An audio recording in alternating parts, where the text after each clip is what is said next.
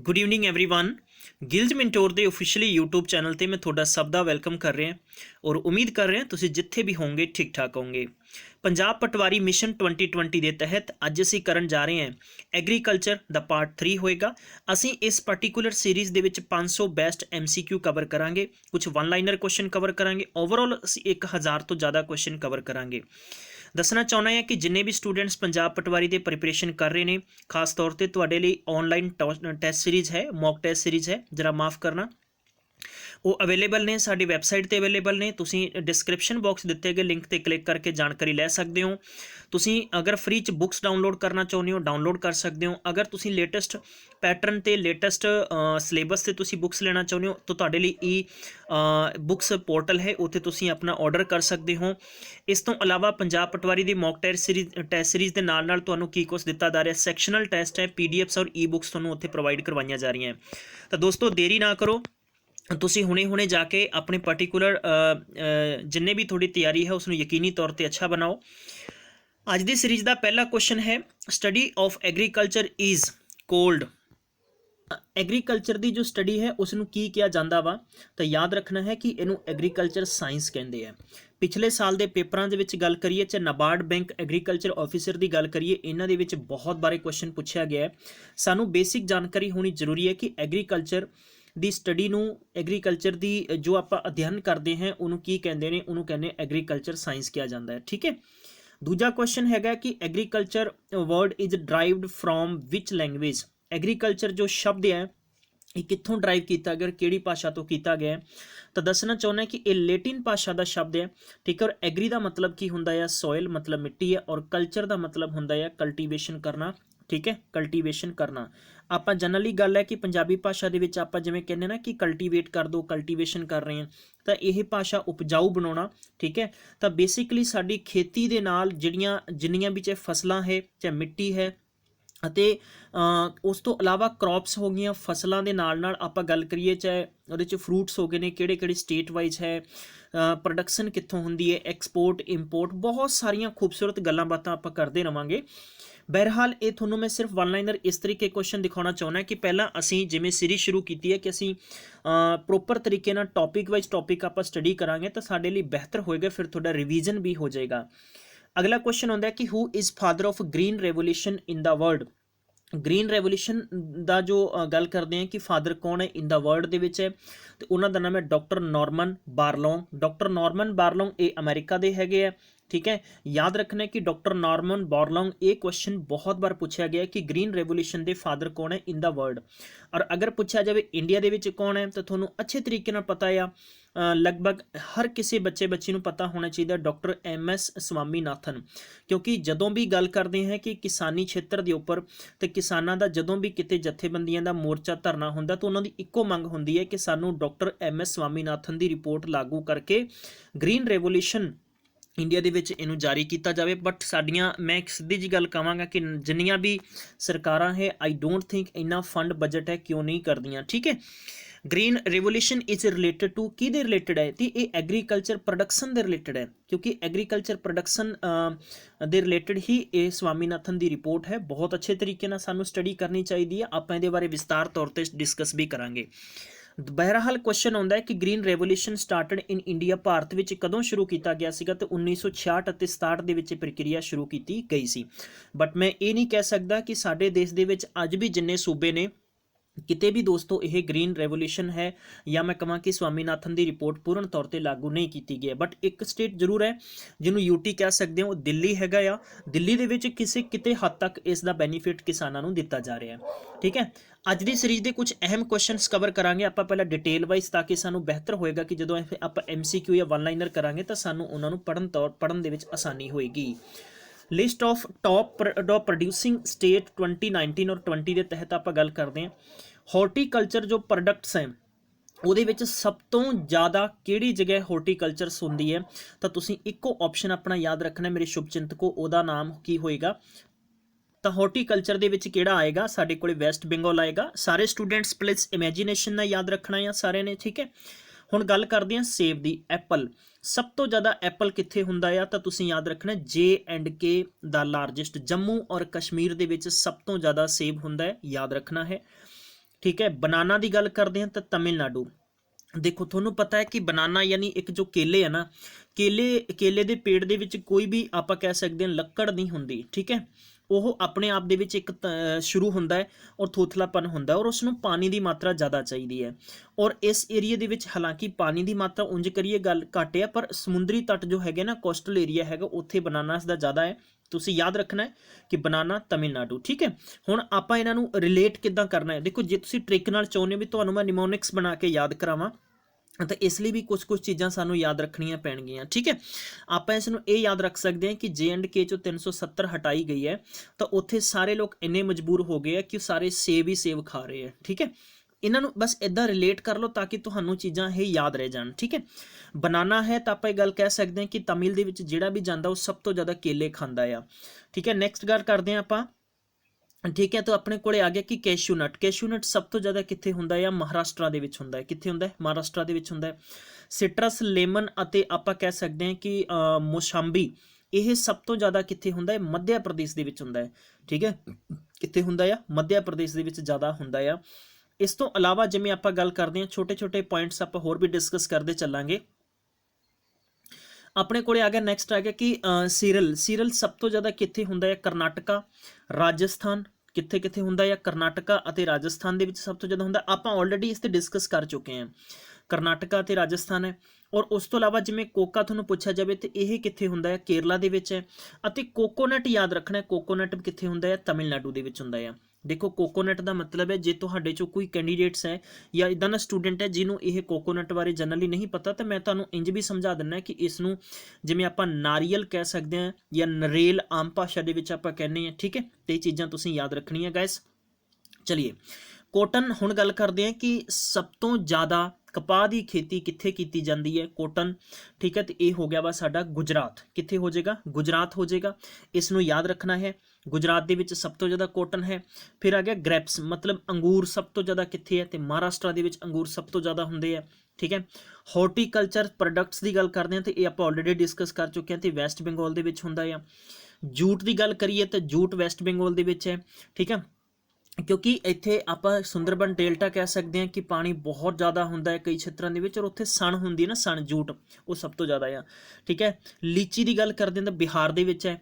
तुसीं लीची नूं किवें याद रखोगे? बिहार दे विच एक बुक पिछे जे फीवर का बड़ा वायरल फैलिया सीगा और किन्ने बच्चे, बल्कि मैं कह सकदा कि मासूम बच्चे दुनिया तो जा चुके ने, फीवर होया सीगा और जिस करके कि उन्हां बच्चों नूं, बच्चे डैड हो गए सीगे फीवर ना। तो वो फीवर सीगा ना जिहड़ा वो वायरल सीगा, बेसिकली लीची तो फैलिया सीगा। तो तुसीं याद रखना है कि लीची सब तो ज़्यादा बिहार दे विच है। इस तो इलावा मेज़, मक्का, ये हुंदा है आंध्र प्रदेश दे विच, ठीक है। तो आंध्र प्रदेश दे विच मेज़ हो गया, इनू याद रख लो, ठीक है। मैंगो अंब हो गए, ठीक है।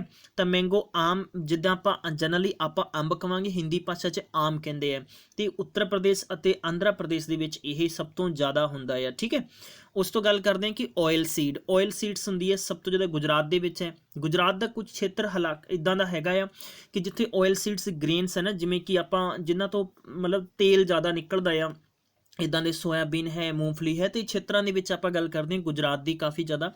और इन्हों रिलेट किवें करना है, तुसीं ये चीज़ां सारियां इदां मेरे नाल पढ़नियां वा कि गुजरात दे विच इदों पहला मैं तुहानूं कॉटन दस्सिया, तमिलनाडु दे विच बनाना दस्सिया, और तमिलनाडु दे विच तुहानूं मैं कोकोनट दस्सिया।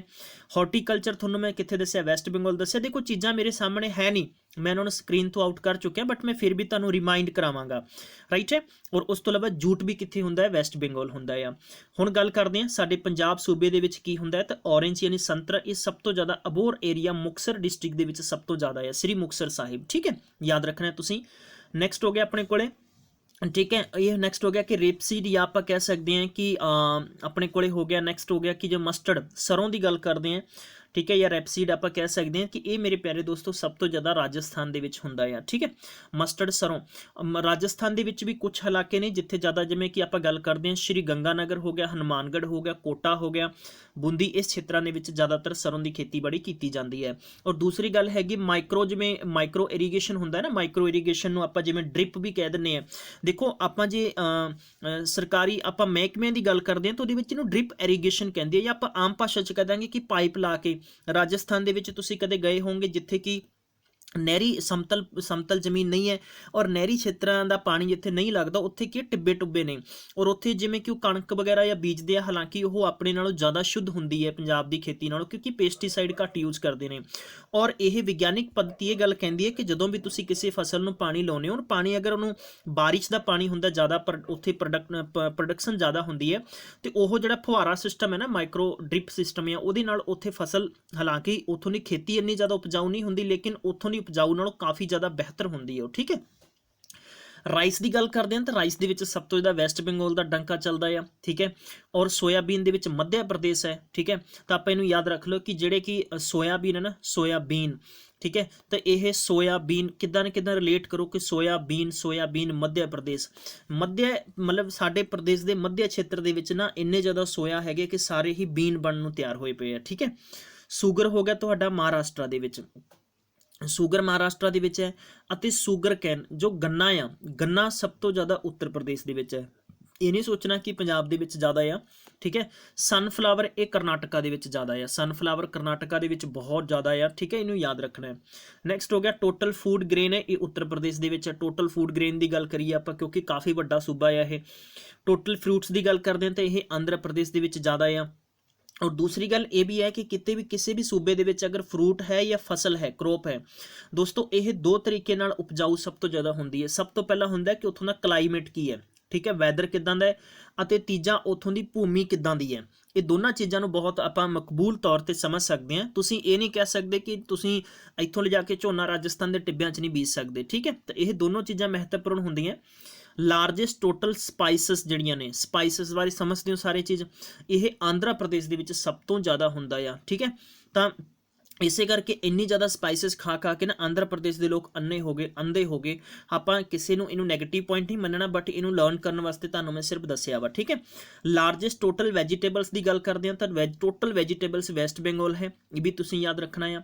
ਅਤੇ ਵੀਟ ਦੇ ਵਿੱਚ ਉੱਤਰ ਪ੍ਰਦੇਸ਼ ਦੀ ਮਹਾਰਤ ਸਭ ਤੋਂ ਜ਼ਿਆਦਾ ਆ। ਤਾਂ ਆਈ ਥਿੰਕ ਤੁਹਾਨੂੰ ਸਾਰੀ ਇਹ ਪ੍ਰਕਿਰਿਆ ਸਮਝ ਆ ਗਈ ਹੋਏਗੀ। ਚਲਿਏ ਹੁਣ ਆਪਾਂ ਗੱਲ ਕਰਦੇ ਹਾਂ ਵਾਪਸ ਤੋਂ fruit type with the examples ਕਿਹੜੇ ਨੇ। ਜਿਵੇਂ ਕਿ ਆਪਾਂ ਬੈਰੀਅਰਸ ਦੀ ਗੱਲ ਕਰਦੇ ਹਾਂ ਤਾਂ ਬੈਰੀਅਰਸ ਦੇ ਅੰਦਰ ਗ੍ਰੈਪਸ ਹੋ ਗਿਆ, ਗਵਾਵਾ ਹੋ ਗਿਆ, ਠੀਕ ਹੈ, ਫਾਲਸਾ ਹੋ ਗਿਆ, ਟੋਮੈਟੋ ਹੋ ਗਿਆ, ਬ੍ਰਿੰਜਲ ਹੋ ਗਿਆ, ਅਤੇ ਆਪਣੇ ਕੋਲੇ ਕਿਹੜਾ ਹੋ ਗਿਆ ਕਿ ਚਿਟਿਲਸ ਹੋ ਗਿਆ।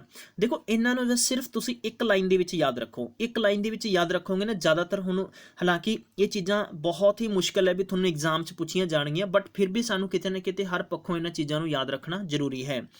ਠੀਕ ਹੈ, ਬੈਰੀਜ਼ ਦਾ ਮਤਲਬ ਇੱਕ ਆਪਾਂ ਜਾਮੂਨੀ ਫਸਲ ਵੀ ਕਹਿ ਸਕਦੇ ਹਾਂ, ਜਾਂ ਆਪਾਂ ਕਹਿ ਸਕਦੇ ਹਾਂ ਕਿ ਉਪਜਾਊ ਤੌਰ ਤੇ ਕਿੱਥੇ ਇਹ ਫਸਲਾਂ ਜ਼ਿਆਦਾਤਰ ਨੇ, ਕਿਹੜੀਆਂ ਬੈਰੀਜ਼ ਦੇ ਅੰਦਰ ਆਉਂਦੀਆਂ, ਜਿਵੇਂ ਗ੍ਰੈਪਸ ਹੋ ਗਿਆ। ਠੀਕ ਹੈ, ਮਤਲਬ ਕਿ ਇਹਨੂੰ ਸਿੰਪਲ ਭਾਸ਼ਾ 'ਚ ਤੁਸੀਂ ਸਮਝਣਾ ਹੈ ਕਿ ਜਿਹੜੀ ਫਸਲ, ਮਤਲਬ ਕਿ ਜਿਹੜੀ ਫਸਲ ਤੁਸੀਂ ਯਾਦ ਕਿੱਦਾਂ ਰੱਖਣਾ ਹੈ ਕਿ ਜਿਸ ਕਿਸੇ ਵੀ ਦਰਖਤ ਤੋਂ ਆਪਾਂ ਤੋੜ ਕੇ ਉਹਨੂੰ ਯੂਜ਼ ਕਰਦੇ ਹਾਂ, ਖਾਂਦੇ ਹਾਂ ਜਨਰਲੀ। ਠੀਕ ਹੈ, ਇਸ ਨੂੰ ਇਦਾਂ ਵੀ ਤੁਸੀਂ ਰਿਲੇਟ ਕਰਕੇ ਯਾਦ ਕਰ ਸਕਦੇ ਹੋ। ਤਾਂ ਦੋਸਤੋ ਇਹ ਪ੍ਰਕਿਰਿਆ ਬਹੁਤ ਸੌਖੀ ਹੈ ਤੁਹਾਨੂੰ ਲਰਨ ਕਰਨ ਲਈ ਇਸ ਪਾਰਟਿਕੂਲਰ ਸੈਸ਼ਨ ਦੇ ਵਿੱਚ।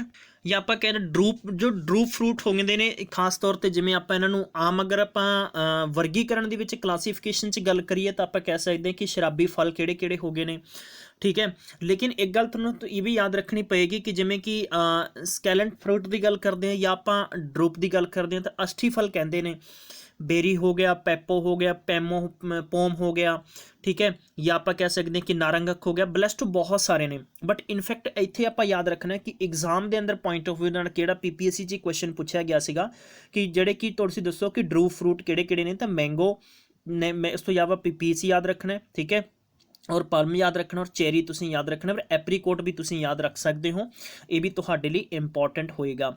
ਬਾਕੀ ਡਿਟੇਲ ਦੇ ਵਿੱਚ ਆਪਾਂ ਕਲਾਸੀਫਿਕੇਸ਼ਨਾਂ ਦਾ ਅਲੱਗ ਤੋਂ ਕਰਾਂਗੇ ਤਾਂ ਕਿ ਤੁਸੀਂ ਬਿਹਤਰ ਤਰੀਕੇ ਨਾਲ ਸਮਝ ਸਕੋਗੇ। ਰਾਈਟ ਹੈ, ਉੱਥੇ ਆਪਾਂ ਪੂਰੇ ਵਿਸਤਾਰ ਨਾਲ ਡਿਸਕਸ ਕਰਾਂਗੇ ਔਰ ਪ੍ਰੋਪਰਲੀ ਤਰੀਕੇ ਨਾਲ ਇਹਨਾਂ ਦਾ ਕਲਾਸੀਫਿਕੇਸ਼ਨ ਕਰਕੇ ਆਪਾਂ ਸਮਝ ਪਾਵਾਂਗੇ। ਠੀਕ ਹੈ, ਦੋ ਚੀਜ਼ਾਂ ਇੰਪੋਰਟੈਂਟ ਹੁੰਦੀਆਂ ਐਗਜ਼ਾਮ ਦੇ ਵਿੱਚ ਕਿ ਹਮੇਸ਼ਾ ਸਾਨੂੰ ਸਿਰਫ ਟੂ ਦਾ ਪੁਆਇੰਟ ਹੀ ਚੀਜ਼ਾਂ ਸਮਝ ਲੈਣੀਆਂ ਚਾਹੀਦੀਆਂ, ਜਿਸ ਕਰਕੇ ਕਿ ਸਾਨੂੰ ਥੋੜ੍ਹਾ ਜਿਹਾ ਲਰਨ ਕਰਨਾ ਡਿਫਿਕਲਟ ਜ਼ਰੂਰ ਹੋਏਗਾ, ਬਟ ਸਾਡੇ ਲਈ ਉਹ ਚੀਜ਼ਾਂ ਬਹੁਤ ਆਸਾਨ ਅਤੇ ਸਧਾਰਨ ਤੌਰ ਤੇ ਸਾਨੂੰ ਯਾਦ ਰੱਖੀਆਂ ਰਹਿ ਸਕਦੀਆਂ। ਇਸ ਤੋਂ ਇਲਾਵਾ ਜਿਵੇਂ ਆਪਣੇ ਕੋਲੇ ਨੈਕਸਟ ਦੀ ਗੱਲ ਕਰਦੇ ਹਾਂ, ਆਪਣੇ ਕੋਲੇ ਨੈਕਸਟ ਆ ਗਿਆ ਕਿ ਹੈਸਪੈਰੀਡੀਅਮ ਦੀ ਥੋੜੀ ਸਪੈਲਿੰਗ ਠੀਕ ਨਹੀਂ ਹੈ, ਬਟ ਤੁਸੀਂ ਫਿਰ ਵੀ ਸਮਝ ਸਕੋਗੇ। ਸਿੰਪਲ ਜਿਹਾ ਤਰੀਕਾ ਹੈ ਕਿ ਜਿਨ੍ਹਾਂ ਦੇ ਵਿੱਚ ਖਟਾਸ ਹੁੰਦੀ ਹੈ, ਸਿਟਰਸ ਹੁੰਦਾ ਹੈ ਨਾ, ਸਿਟਰਸ ਖਟਾਸ ਹੁੰਦੀ ਹੈ, ਖੱਟਾਪਨ ਮਹਿਸੂਸ ਹੁੰਦਾ ਹੈ। ਜੇ ਆਪਾਂ ਗੱਲ ਕਰ ਲਈਏ ਕਿ ਉਹਦੇ 'ਚ ਜਨਰਲੀ ਔਰੇਂਜ ਵੀ ਆ ਜਾਂਦਾ ਹੈ। ठीक है, जिमें ਆਪਾਂ कि ग्रैप फ्रूट भी कह सकते हैं कि ग्रैप फ्रूट भी आ जाते हैं। नैक्सट जे आप गल करिए तो ये लैमन भी आ जाता है, ठीक है। तो तुसीं यह याद रखना है, एग्जाम के अंदर है।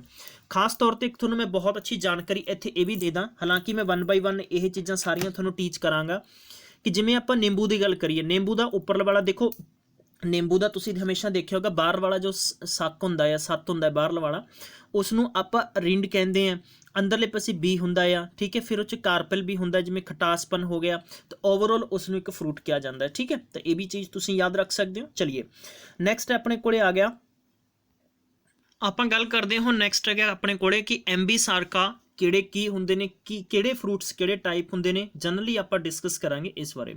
बेसिकली ये फ्रूट वो होंगे ने कि जिहड़ा कंसिस्ट ऑफ मैनी सैल्स, जिन्हां दे विच जिवें आपां कह सकते हैं कि इन्हां विच सैल की मात्रा ज़्यादा आ, और सीड्स भी इन्हां दे विच जनरली ज़्यादा होंगे ने। आपां पल्पी कह सकते हैं कि फ्लैश विद इन हार्ड राइंड होंदा इन्हां दा, ठीक है। हार्ड राइंड मतलब कि जिहड़ी सख्त होंगे ने, जिमें कि आपां मैलन कह सकते हैं, खरबूजा देखिया तुसीं, खरबूजा तरबूज या खरबूज तुसीं कह सकते हो, ठीक है। ये इन्हां दी प्रजाति विच आउंदे आ कि आपां कह सकते हैं कि वुड एप्पल, मतलब जिन्हां दी चमड़ी सख्त हुंदी है, ठीक है। जनरली तुसीं याद रख सकते हो कि एम्फी मतलब चमड़ी सख्त वाले फल हुंदे ने, जिमें आपां कि मैलन की गल करते हैं, ठीक है। वाटरमेलन तुसीं कह सकते हो, it is easy to learn, ठीक है। चलिए उस तो इलावा नैक्सट आ गया अपने कोले कि बालूस्ता। बालूस्ता की गल करते हैं, बलूस्ता मेरे प्यारे दोस्तों ये उस प्रजाति के आउंदे ने कि जिमें आप गल करते हैं कि ये छोटे छोटे एग्जाम्पल चुक लें आप, कि जिमें अपने को बलूस्ता अपने को फ्लैसी जो टाइप के अपने को फ्रूट्स होंगे ने, भी डिवेलपिंग फ्रॉम द मल्टी जो कारपेरेली जो आप इन्हों कह सकते हैं कि इन्हों का प्रोडक्शन होंदा है, जिमें आप कह सकते हैं कि एप्पल हो गया, ठीक है। ये इन्हों कंडीशनस हो जाती है कि इन्हों कि पोम ग्रैंटी इन्हों की कंडीशनस हो गई कि जोड़े सॉफ्टी होंगे ने, ठीक है। इन्हों बस थोड़ा जिहा इदा याद रखना है और पेपर के थोड़ा इदा ही पूछा जा सकता है। चलिए नैक्सट हो गया अपने को जिमें कि आप गल करते हैं कि फाल्स फ्रूट नूं कह सकते हैं कि आप पोम कहता, एप्पल अते पीयर हो गया, किहड़ा कह सकते हैं आप एप्पल अते पीयर हो गया। इन्हों की कहने कोई फॉर्म फ्रूट दे विच आउंदे ने, मतलब मैंबर ऑफ प्लांट फैमिली, ये बेसिकली कि सब फैमिली अते फैमिली रिसोर्सिस दोनों तरीके के फ्रूट मन्ने जाते हैं।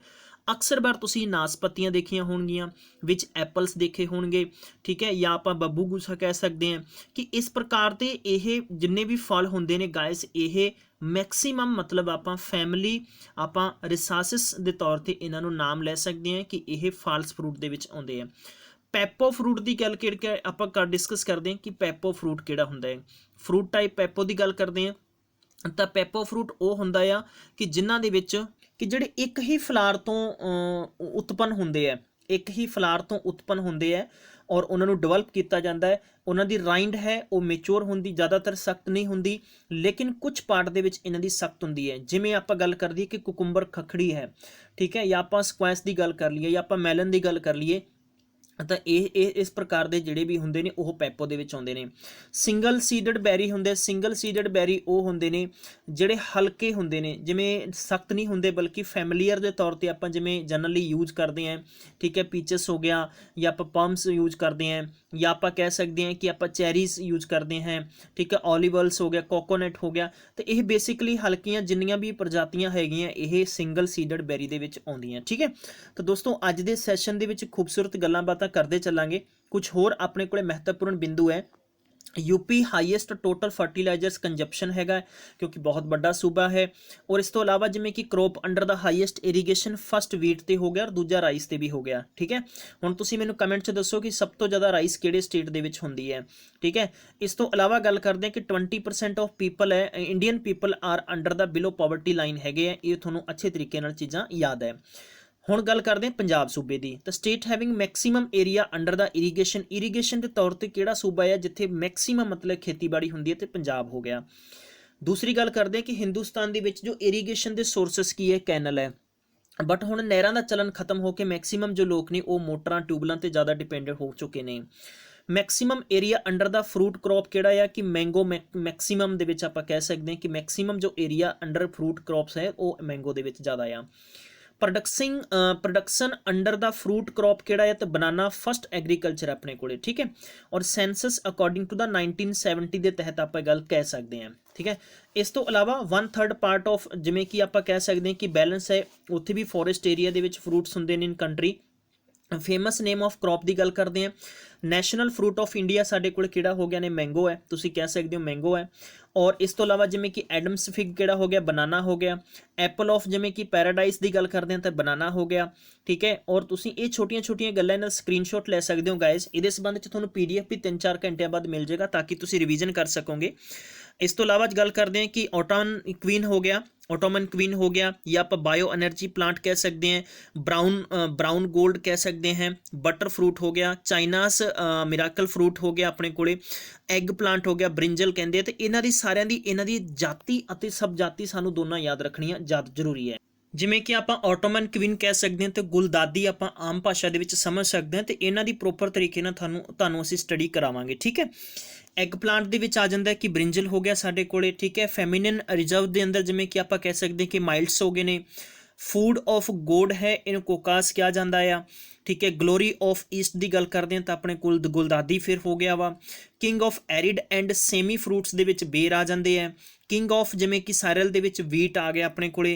किंग ऑफ फिर कोर्सिस सीरल के अंदर आप कह सकते हैं कि सरगम हो गया, सोरगम हो गया वा। तो इदां दे ये सारे कंसैप्ट किंग ऑफ फ्रूट दे विच यानी आप फलों का राजा किनू कवांगे, मैंगो नू कवांगे, ठीक है।